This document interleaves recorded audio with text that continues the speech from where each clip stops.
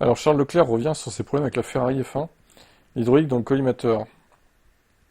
Le monégasque a décrit de manière absolument énigmatique, évoquant un phénomène se manifestant dans les sections rapides, cela en lien avec l'équilibre aérodynamique et n'affectant pas la suspension arrière qui fera prochainement l'objet d'une modif à Spa.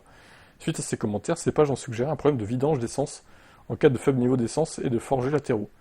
Le journaliste Jonathan Noble a également lié le problème au groupe autopropulseur mais a évoqué une surchauffe liée à la cartographie des qualifs, ce qui dans certains cas forcerait le CU à mettre en œuvre des stratégies de protection moteur. What? Leclerc cependant ne faisait pas référence au groupe autopropulseur, évoquant plutôt lors d'une interview un problème de volant générique. Robert Chinchero a ensuite confirmé sur Motorsport que les difficultés étaient liées au système de direction assistée. Il s'agit d'un système hydraulique à chambre et conduit interne, conçu pour que la rotation du volant induise des variations de pression d'huile, libérant ainsi une force qui assiste la direction.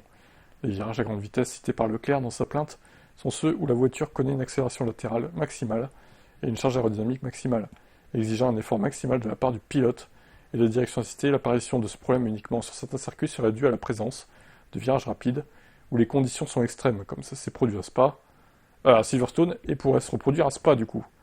Ah oui, c'est le même type de circuit. Il est plausible que le passage à une suspension avant attirant en 2025 ait nécessité une refonte du boîtier de direction et du système hydraulique, libérant ainsi de l'espace dans la partie inférieure du châssis pour accueillir l'ensemble ressort amortisseur, auparavant situé en hauteur, avec l'ancienne suspension attirant.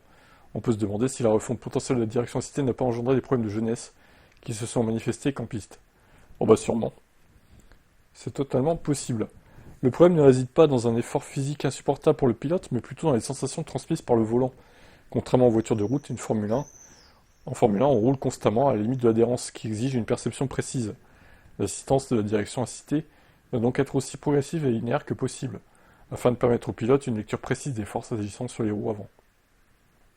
Norris avait déclaré « Je suis un pilote qui ressent principalement avec ses mains ». Comme la plupart des gens évidemment, lorsque vous êtes dans la voiture, vous pouvez compter sur de nombreux autres sens pour ensuite assembler toutes les infos, qu'il s'agisse de la vue ou des sensations provenant des jambes ou les pieds. Ma lecture de la limite d'adhérence, en revanche, se fait principalement avec les mains, à travers le volant.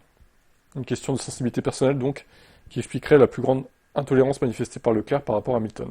Difficile de quantifier l'impact du problème sur les temps autour. Il serait erroné d'attribuer les difficultés de Ferrari en qualif uniquement à ça. Outre la marge de progression des pneus et les limites d'une voiture performante sur longue distance, il faut également tenir compte des imprécisions de Leclerc qu'il a lui-même reconnu. Ouais, c'est un tout, quoi. Je crois que c'est un tout, hein. Frédéric Vasseur a exposé sa théorie. Charles a amélioré son rythme de course, peut-être aussi grâce au réglage. Il évolue dans une direction qui rend les qualifs plus difficiles. Ok, bon. De toute façon, en F1, tout se joue sur des détails, j'ai envie de vous dire, donc... C'est un ensemble de choses qui font que les Ferrari sont plus qu'elles étaient en 2024, même pour Leclerc qui est là depuis un moment. À voir s'ils arrivent à corriger tout ça.